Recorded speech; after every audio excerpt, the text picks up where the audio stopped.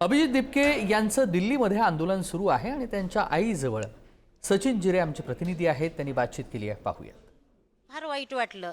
एवढा अत्याचार वगैरे लेकरांवर करायचा नव्हता, एवढा लाठीचार्ज केला त्यांनी बेकार, बघावत नाही, सर्वांचे डोकेच फोडले त्यांनी।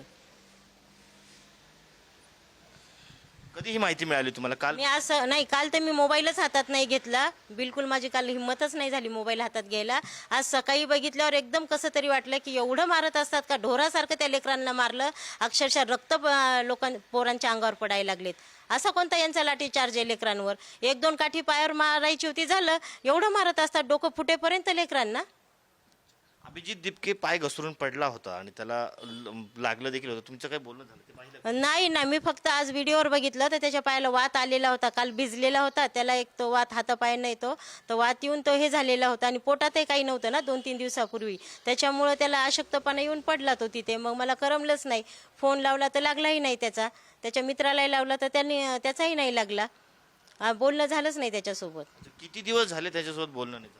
8 दिवस झाले, त्याचे पप्पा मागे ॲडमिट होते, त्या दिवशी तो बोलला, त्याच्यानंतर बोलणंच नाही झालं। असं देखील आता तुम्ही बोलताना म्हटलंय की त्यांचे वडील जे आहेत त्यांची प्रकृती बिघडलेली आहे, नेमकं काय कशामुळे? बीपी लो झालेला आहे ना। कालचे त्यांनी ते व्हिडिओ पाहिले, त्यांना कसं तरी वाटलं ना की लेकरांना एवढं मारत असतात का, एवढा लाठीचार्ज भयान करत असतात का, खूप लाठीचार्ज भयान केला ना त्यांनी। ते काल त्यांनी बघितल्यानंतर मोबाईल त्यांना कसं तरी झालं, हायपर झाल्यासारखं, म्हणून बीपी लो झालाय त्यांचा। मागे तुम्ही काहीतरी आतंकवाद्यासारखं काहीतरी बोलत होता आता थोडं बोलताना? नाही नाही, आतंक नाही, त्यांनी म्हणत होते की आतंक्यासारखं मारतायत, मारायला नाही पाहिजे, ते विद्यार्थी आहेत ना, ते काय आतंकवादी थोडीच होते, ते विद्यार्थी आहेत ना, विद्यार्थ्यांना एवढं कुठं मारत असतात का? आज देश पातळीवरती हा आंदोलन सुरू आहे, देशातल्या तरुणांकडून मोठा सपोर्ट या आंदोलनाला मिळतोय। हो ना, मग त्यांनाही कळालं ना की बाबा हे लोक किती मारायला लागलेत, विनाकारण काल मारलं ना, त्याच्यामुळे त्यांना खरं काय तर कळालं, म्हणून आज त्याला जास्त सपोर्ट भेटायला लागला। किती दिवस झाले तुमचं अभिजितशी बोलणं झालेलं नाहीये? 8 दिवस झाले, 8-10 दिवस झाले। गेल्या शनिवारी त्याचे पप्पा ॲडमिट होते का, त्या दिवशी बोलणं झालेलं आहे, तेव्हापासून बोलणंच नाही। काय काय काही संभाषण झालं? काय झालं? नाही नाही, काहीच, फक्त म्हणे पप्पाची तब्येत कशी आहे, टेन्शन घेऊ नका म्हणे। तर आम्ही म्हटलं ठीक आहे बाबा, पण येतच ना रे, म्हटलं टेन्शन येणारच ना, तर टेन्शन घेऊ नका म्हणे। हां, या आंदोलनावरून अनेक आरोप प्रत्यारोप होत आहेत, काही जण टीका देखील करतायत।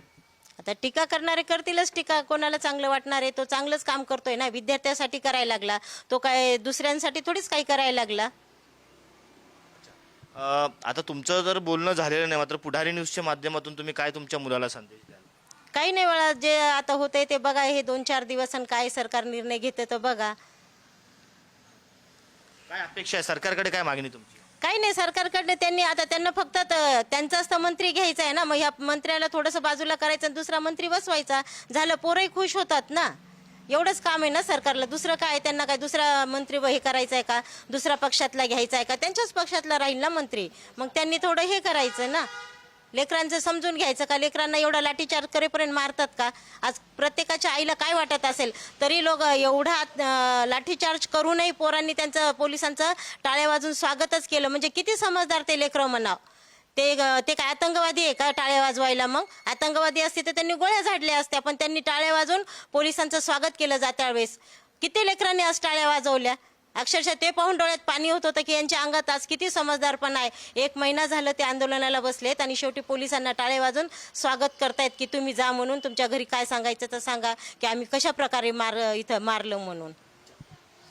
मुलगा घरातून दूर आहे, राज्याबाहेर आहे आणि अशा परिस्थितीत लाठीचार्ज होता, आई म्हणून तुमच्या काय भावना आहेत? काय चिंता वाटतेच ना, सरकारकडे काय चिंता वाटणार।